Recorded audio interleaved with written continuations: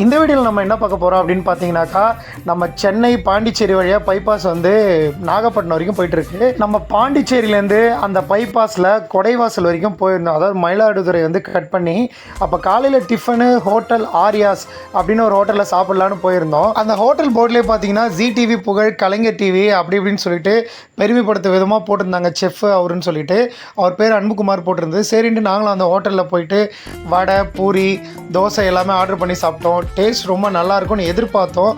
ஆனால் அந்தளவுக்கு நல்லா இல்லை. குழந்தைங்களும் சாப்பிட்டாங்க. ஆனால் யாருக்கும் அந்த அளவுக்கு வந்து விரும்பி சாப்பிட்ற அளவுக்கு இல்லை. நாங்கள் போன டைம் தான் அந்த ஹோட்டல் வந்து புதுசாகவே ஆரம்பிச்சிருந்தாங்க. அதனால் சரியாக பரிமாறவும் முடியல. ஒருவேளை போக போக நல்லா இருக்குமோ என்ன. டேஸ்ட் ரொம்ப ஆவரேஜாக தான் இருந்துச்சு. பசிக்கு சாப்பிட்டாச்சு. ருசிக்கு சாப்பிட்ணுன்னா கண்டிப்பாக இங்கே வந்து சாப்பிட வேணாம். நீங்களும் பசிக்கு சாப்பிட்ணும் அப்படின்னா இங்கே சாப்பிட்லாம். டேஸ்ட்டாக சாப்பிட்ணுன்னு நினச்சா கண்டிப்பாக இங்கே போகாதீங்க. இதே பைபாஸில் நிறைய ஹோட்டல் இருக்குது. கண்டிப்பாக அங்கே போய் சாப்பிட்டு பாருங்கள்.